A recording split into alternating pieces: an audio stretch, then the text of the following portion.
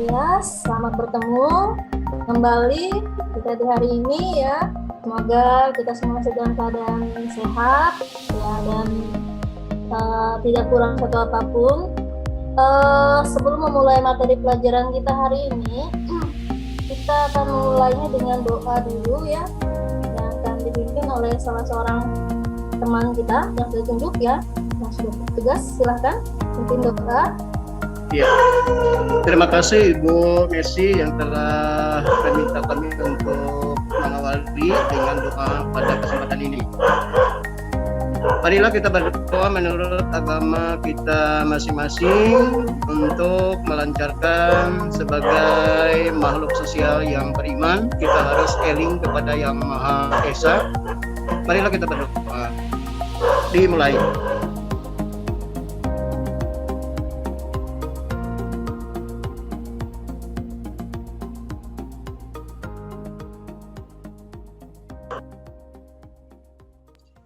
Selesai.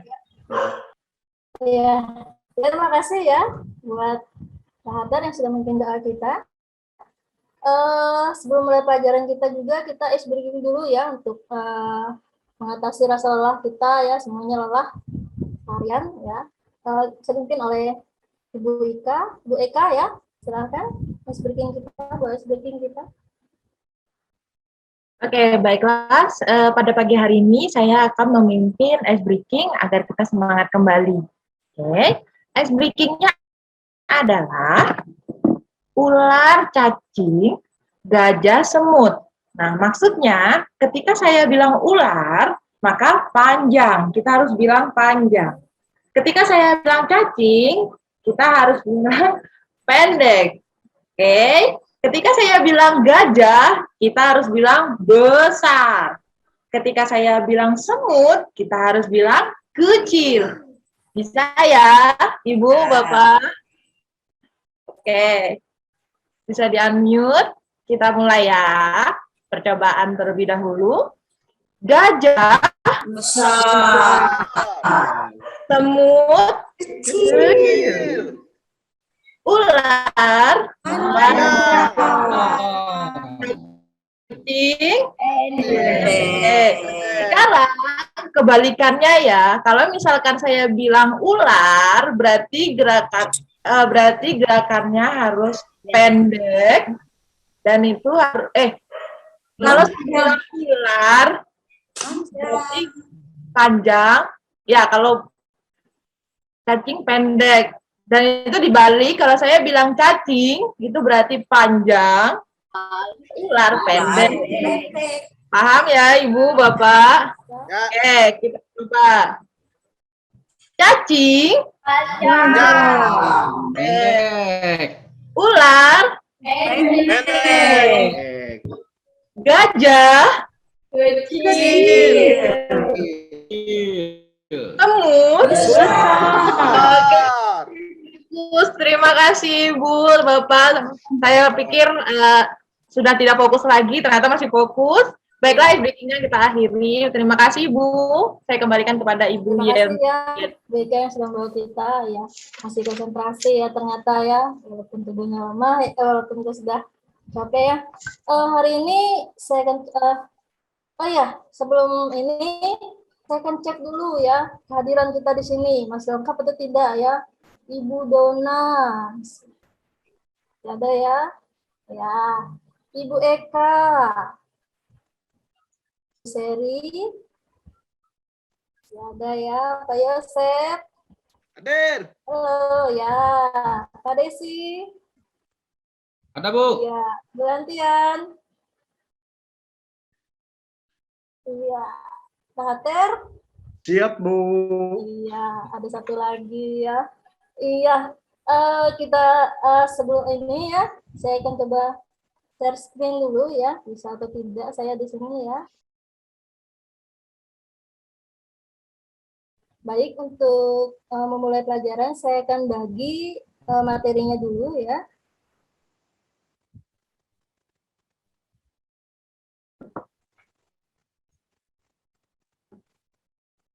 Ya, sudah kelihatan semua? Iya.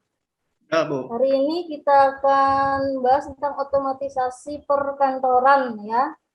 Nah, di sini sebelum mulai materi kita, Ibu akan bertanya dulu, ada yang tahu nggak apa itu otomatisasi perkantoran ya? Ada yang pernah dengar istilah ini? Saya Bu, Ya, silakan. otomatisasi perkantoran itu menurut saya itu adalah penggunaan peralatan kantor yang berarti belajar dengan sendiri Bu. Iya, benar sekali ya. Ya, penggunaan peralatan otomatis yang berarti belajar dengan sendirinya ya. Tadi sudah di. Nah, untuk masuk materi kita ini ya, bisa di gitu ya. Nah, di sini kita ke pengertian otomatisasi kantor ya. Di sini otomatisasi kantor berasal dari bahasa Inggris ya, automation yang berarti penggunaan peralatan otomatis, sedangkan arti otomatisasi dilihat dari Kamus Besar Bahasa Indonesia berasal dari kata otomatis yang berarti belajar dengan sendirinya ya. Jadi otomatis belajar dengan sendirinya ya. Nah, terus sini kita ke tujuan otomatisasi kantor ya. Di sini yang pertama tujuannya adalah menggabungkan penerapan teknologi. Ya.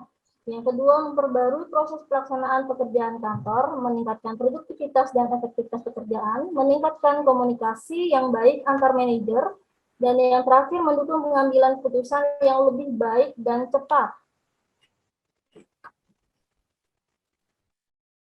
Lanjut ya. Nah, sekarang kita masuk ke manfaat otomatisasi kantor. Manfaat yang dapat dilihat dari penerapan otomatisasi kantor adalah membantu dalam menjalin relasi lebih baik oleh karena komunikasi secara langsung, kapan saja, di mana-mana dapat dilakukan peningkatan upaya pemecahan masalah. Tujuan akhirnya untuk bisa memecahkan masalah ya. Yang berikut membantu memecahkan masalah melalui efektivitas dan efisiensi komunikasi yang dilakukan akan dapat secara cepat masalah diklarifikasi dan diselesaikan. Berikut ya.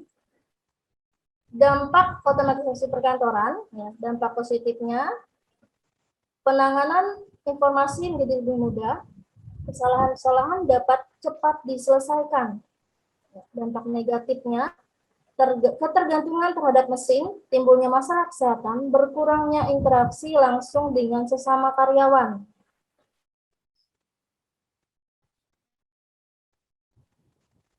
Iya.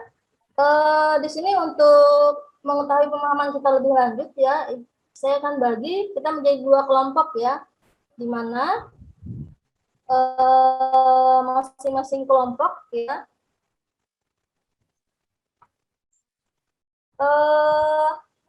untuk kelompok satu ya nanti akan dipimpin oleh Kak Desi ya,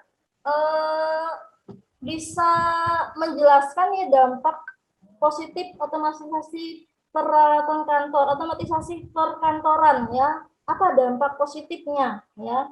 Nah, terus yang kedua, nah kelompoknya Bu Seri nanti ya, apa dampak negatif dari otomatisasi peralatan kantor ya? Nah, bisa dijelaskan nanti ya. Saya kasih waktu ya 10 menit ya. Nah, nanti kita kembali lagi ya. Bisa dibahas.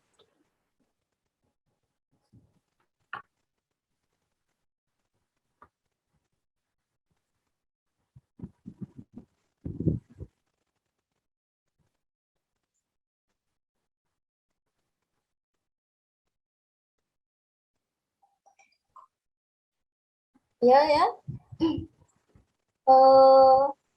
Waktunya udah habis ya. Bisa Dua dulu. ya. Bisa kelompok dulu. Silakan dijelaskan ya. Di sana ada membantu menjalin relasi. Bisa dijelaskan. Ya. Satu bisa diwakili oleh salah satu dari anggota kelompoknya ya. Kelompok berapa dulu, Bu? kelompok berapa dulu? Iya, kelompok 1, Pak Desi. Nah, Ya. kelompok 1. Iya. Ya, baik Bu. Hasil diskusi kelompok kami mengenai pertanyaan dampak apa yang terjadi dalam otomatisasi perkantoran. Nah, menurut kami Bu, dampaknya ada dampak positif dalam otomatisasi perkantoran adalah penanganan informasi lebih cepat dan mudah. Kesalahan-kesalahan dapat cepat diselesaikan. Dampak negatifnya Bu adalah Negatifnya untuk kelompok 2 ya. oh ya, Nah, dampak negatifnya itu saja. ya, iya Bu, itu aja. Terima kasih ya untuk kelompok 1. Ya, dan yang kelompok 2 boleh menjelaskan tentang dampak negatifnya.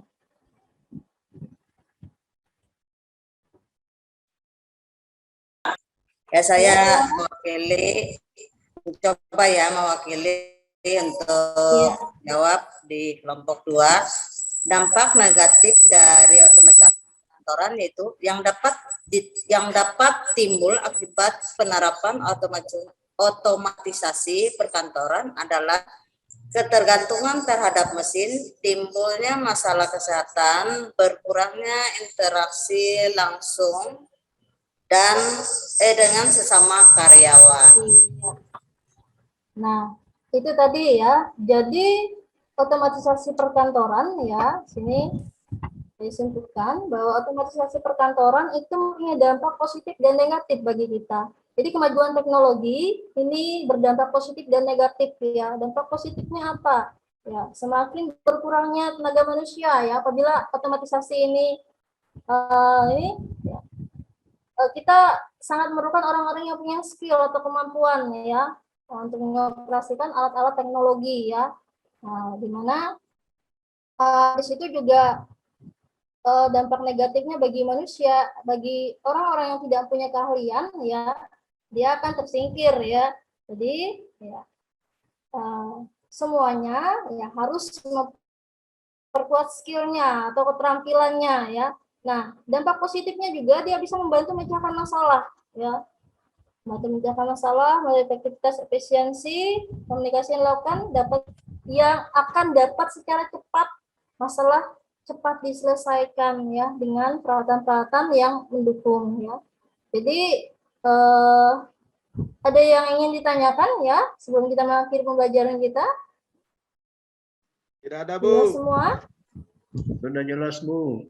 Iya, terima kasih ya.